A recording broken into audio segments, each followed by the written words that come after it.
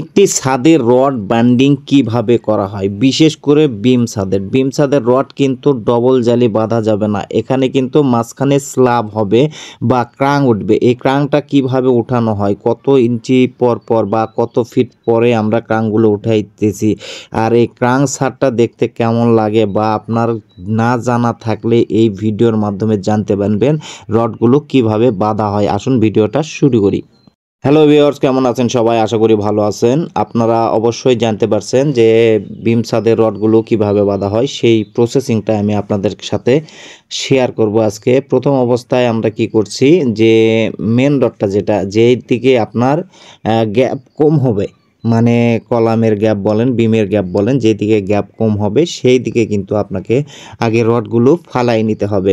আপনার সেই ছাদটা যদি পুরোটাই দেখা যায় যে সব রুমগুলো একই লেভেলের আপনার আছে, মানে আপনার হয়তো বা পূর্ব পশ্চিম দেখা যাচ্ছে লম্বা রুমগুলো সব কিছু আছে, বা উত্তর দক্ষিণ লম্বা সব রুমগুলো আছে, সেক্ষেত্রে কিন্তু আপনার রড বাঁধাটা সহজ হবে। আর যদি আপনার একদিকে মেন রড হয়, মানে একদিকে যদি রুমটা লম্বা থাকে, একদিকে রুমটা যদি শর্ট থাকে, তাহলে কিন্তু আপনার রড বাঁধাটা অনেক ভেজাল হয়। সেক্ষেত্রে কিন্তু আমরা ওই রকম যদি ছাদ আসে আমরা অবশ্যই দেখাবো। এখানে যদি আমরা সবগুলো কিন্তু মেন রড ফালাই নিছি, সবগুলো মেন রড ফালালেও কিন্তু এখানে দেখেন কিছু রুম ছোট আছে, কিছু রুম বড় আছে। এই রুমগুলোতেও কিন্তু রড মিলাইতে গেলে অনেক সমস্যা হয়। আসুন আমরা প্রথম থেকে আপনাদেরকে বলি। প্রথমে কিন্তু আমরা মেন রডটা দিয়ে নিছি, মেন রড দেওয়ার পরে বাইন্ডারটা দিছি। বাইন্ডারটা কোথায় দিছি? এক সাইডে, মানে রুমের মাঝখানেরা রুমের সাইডে কিন্তু বাইন্ডারগুলো দেওয়া হয়েছে। কারণ হচ্ছে আমাদের এখানে L/4 ক্রাং উঠবে, মানে রুমগুলো 4 ভাগে ভাগ করে ক্রাং উঠবে। সেই জন্য কিন্তু আমরা কি করতেছি, আমাদের ক্রাঙের সাইডগুলো সেখানে কিন্তু আগে রডটা দিয়ে নিচ্ছে। আপনারাও এইভাবে দিয়ে নেবেন। আপনার মেন রডগুলো সবগুলো ফালানোর পরে আপনারা বাইন্ডারগুলো দিবেন, এবং এখানে কি করবেন, আপনারা L/4 যে রডটা আপনারা দিবেন সেই হিসেবে আপনাকে রুমটা কিন্তু মাপ করে নিয়ে অবশ্যই দাগ দিতে হবে। মাপ করে নিয়ে কি আপনার রুমটা কতটুকু আছে সেই হিসেব করে আপনাকে 4 ভাগে ভাগ করে নিতে হবে, এবং দুই বিমের সাইডে, মানে আপনার দুই বিমের সাইডে আপনার দুই ভাগে কিন্তু রডগুলো প্রথমে ফালাইতে হবে। তারপরে আপনারা মাঝখানে রডটা ফালাই নেবেন। কিন্তু দুই সাইডে যে আমরা রডটা ফালাইছি, এই রডটা কিন্তু আমরা আগে বেঁধে নিব। বেঁধে না নিলে কিন্তু আপনার সব রডগুলো এলোমেলো হয়ে যাবে। আর রড বাঁধার আগে অবশ্যই আপনাকে কিন্তু সুতা করে নিতে হবে। দেখেন এখানে কিন্তু কালির দাগ দেওয়া আছে, এইভাবে সুতা করে নেবেন। মানে আমরা কিন্তু বিমে কিন্তু দাগ দিয়ে সুতা দিয়ে দাগ করে নিছি, এবং তারপরেও যে রডের মাঝখানে দাগ দেওয়া হচ্ছে বা বিমের মাঝখানে দাগ দেওয়া হচ্ছে, এইভাবে কিন্তু দাগ দিয়ে নিলে কি হবে, আপনার মানে রডগুলো সব সোজা হবে। আমরা কিন্তু যাই হোক গতকালকে এটা দাগ দিছি, আমাদের এলাকায় বৃষ্টি হয়েছে। গতকালকে বৃষ্টি হওয়ার কারণে আমাদের চকের দাগগুলো মিশে গেছে, সেই জন্য আমরা কিন্তু মার্কারি কলম দিয়ে দাগ দিচ্ছি। আপনারা কিন্তু ইচ্ছে করলে রং দিয়েও এইভাবে দাগ দিয়ে দিতে পারেন। এইভাবে দাগ দিয়ে নিলে কি হবে, আপনার রডটা কিন্তু অ্যাকুরেট 100% সোজা হয়ে থাকবে, কোনোভাবেই কম বেশি হবে না। তারপরে আমরা রুমের মাঝখানে যে দাগগুলো দিচ্ছি সেটা হচ্ছে চকের দাগ দিচ্ছি। আমরা 10 মিলি রড কিন্তু ছাদে ব্যবহার করতেছি। এই 10 মিলি রডে কিন্তু আমরা আবার দাগ দিয়ে নিচ্ছি চক দিয়ে, যাতে আমাদের এই রডগুলো বাঁধা 100% যেন সোজা হয়।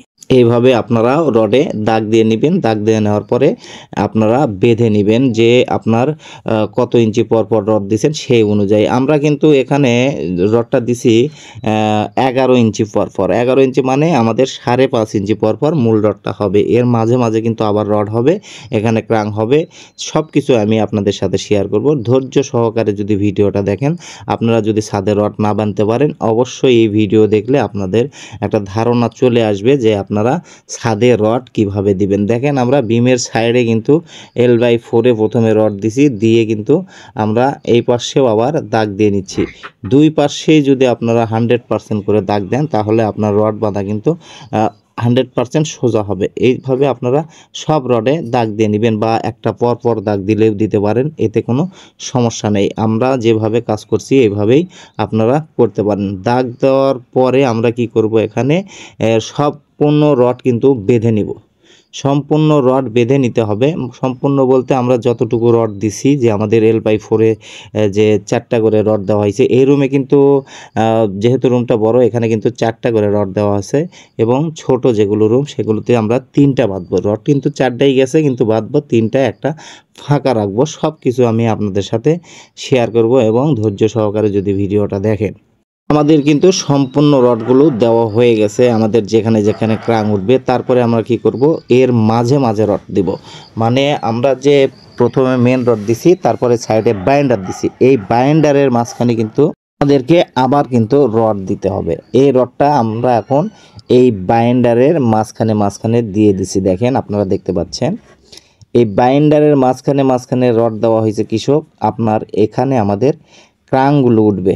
দেখেন, বাইন্ডারের মাঝখানে আপনারা আবার রড দিবেন।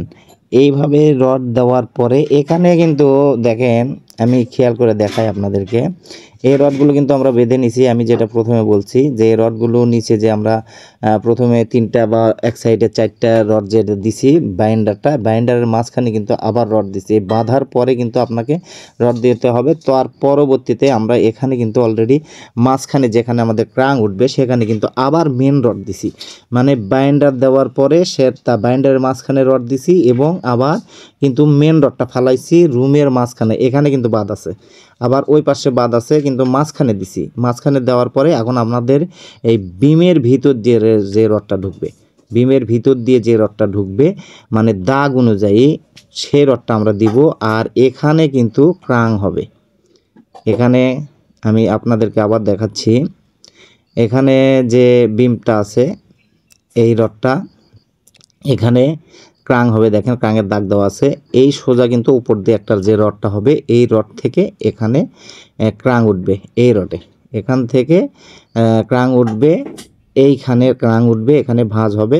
আমি সম্পূর্ণ দেখাবো, কিন্তু রডটা আমরা কিভাবে ফালাইছি সেটা আপনাদেরকে অনুসরণ করার জন্য চেষ্টা করতেছি, যে আপনারা দেখেন যে আমরা রডগুলো কিভাবে ফালাইছি, কিভাবে বাঁধবো, সেগুলো সম্পূর্ণ কিন্তু আপনার দেখতে হবে। তাছাড়া কিন্তু আপনারা বুঝতে পারবেন না। দেখেন, এখানেও কিন্তু বিমের ভিতর দিয়ে এখন রডগুলো যাবে। যেহেতু আমাদের সব রুম একদিকে লম্বা বেশি আছে, এই জন্য আমরা এখানে একদিকে লম্বা হলেও কিন্তু রড ঢুকানোর কিন্তু অনেক ঝামেলা আছে। অলরেডি কিন্তু আমরা এখন এই বিমের ভিতর দিয়ে যে রড দিছি, বিমের ভিতর দিয়ে রড দেওয়ার পরে কিন্তু আমরা পরবর্তীতে আবার এর উপর দিয়ে রড দিচ্ছি। বিমের ভিতর দিয়ে দেওয়ার পরে কিন্তু আপনাকে যে যে পাতালটা রড ছিল, এটা আমি দেখাই। এই রডটা যে আমরা এখন এখান থেকে এখানে ক্রাং উঠবে, মানে বিমের ভিতর দিয়ে রড দেওয়ার পরে আমরা আবার বিমের উপর দিয়ে রড দিছি, যে ক্রাংগুলো কোথায় উঠবে। আমরা দেখেন, এখানে কিন্তু ক্রাং উঠবে, এই জায়গাতে ক্রাং উঠবে। আর অলরেডি কিন্তু আমরা কিছু জায়গায় ক্রাং উঠাইছি দেখানোর জন্য। এখানে কিন্তু ক্রাং উঠানো হয়েছে। দেখেন, ক্রাং উঠানোর পরে বোঝা যাচ্ছে যে একটা রড উপর দিয়ে, একটা রড ভিতর দিয়ে। ওই রুমে গিয়ে কিন্তু আবার আলাদা হবে। ওই রুমে গিয়ে কিন্তু আমাদের এই রুমে ক্রাং সোজা উঠবে না, ওই রুমে গিয়ে আলাদা হবে। সেটাও আমি আপনাদের সাথে শেয়ার করব। এখন আমরা দেখাচ্ছি যে এই পাশে যে কিছু রড বাঁধা হচ্ছে, এইখানে কিন্তু অলরেডি ক্রাং উঠছে। দেখেন, এইটা রুম ছোট, এখানে কিন্তু ডবল জালি দিলেও হতো। এখানে ক্রাং উঠছে দুই সাইডে, আর মাঝখানে দেখেন বিমের ভিতর দিয়ে বিমের উপর দিয়ে কিন্তু আবার রডটা দেওয়া হচ্ছে এই সাইডে ক্রাং উঠানোর জন্য। আমি আপনাদেরকে দেখাই, এই সাইডে ক্রাং উঠবে। এটা এই রডটা দেখেন, এই রডটা এই সাইডে ক্রাং উঠবে, এখান থেকে এখান থেকে এইখানে যে ক্রাংটা উঠবে, সেই রডটা কিন্তু আমরা এখন বিমের উপর দিয়ে দিচ্ছি। আপনারাও এইভাবেই পুরো ছাদে রড কিন্তু দিয়ে নেবেন। অলরেডি কিন্তু আমাদের এই পাশে কিন্তু ক্রাং উঠছে। আমরা একটা রুমে আপনাদেরকে রডের যে ক্রাংগুলো ওঠে L/4-এ, সেই ক্রাংটা উঠায়ে দেখাবো যে আমাদের কিভাবে ক্রাংগুলো উঠাই।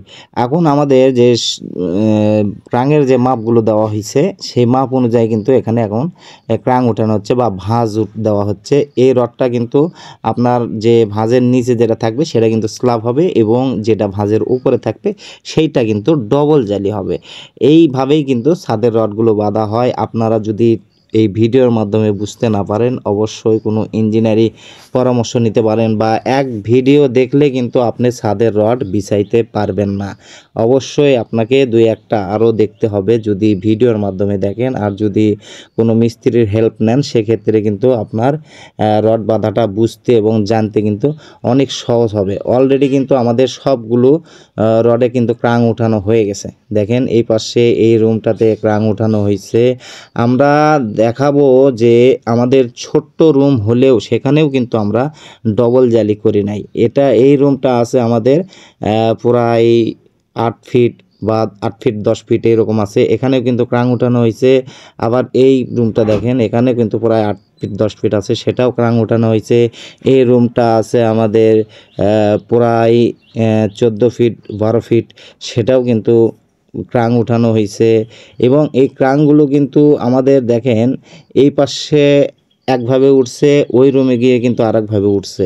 মানে যে রুম যেখানে হয়েছে সেই রুমে কিন্তু সেখানেই আমরা সেইভাবেই মিলিয়ে নিছি। এই রডগুলো বাঁধা কিন্তু অনেক ক্রিটিক্যালি হয়। অনেক সময় দেখা যায় রড ফালাইতে না জানলে বিশেষ করে হয়তো রড বের করতে হয়, আবার রড এক্সট্রাভাবে ঢুকাইতে হয়। ঠিক আছে, ধন্যবাদ সবাইকে। আমাদের কিন্তু অলরেডি ছাদের রড কিন্তু বাঁধা হয়ে গেছে। আমাদের এক্সট্রা টপটা বাঁধা হয় নাই, আমাদের ছাদের রড ডবল জালি যেটা হয় সেটা কিন্তু বাঁধা কমপ্লিট হয়েছে। আমরা এখন পলিথিন দেব, পলিথিন দেওয়ার পরে কিন্তু এক্সট্রা টপ দিব। এই কারণে যে পলিথিন দেওয়ার আগে যদি এক্সট্রা টপটা বাঁধা হয় সেক্ষেত্রে রডগুলো বেশি ঘন হয়ে যায়, এখানে কিন্তু পলিথিন ঢোকাতে অনেক ঝামেলা হয়। সেই জন্য আমরা কি করতেছি, আগে পলিথিন দিব তারপরে কিন্তু এক্সট্রা টপটা বেঁধে নেব।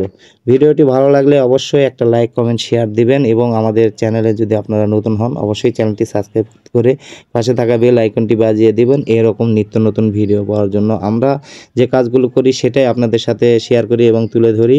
আপনারা দেখেন এখানে যে আমি বললাম যে এই রুমটা আলাদা আছে, ওই রুমটা আলাদা আছে, সব রুমেই কিন্তু ক্রাংটা আমাদের L/4 উঠানো হয়েছে। ঠিক আছে, ধন্যবাদ সবাইকে। ভিডিওটি যদি ভালো লাগে অবশ্যই আমাদের সাথেই থাকবেন। ধন্যবাদ।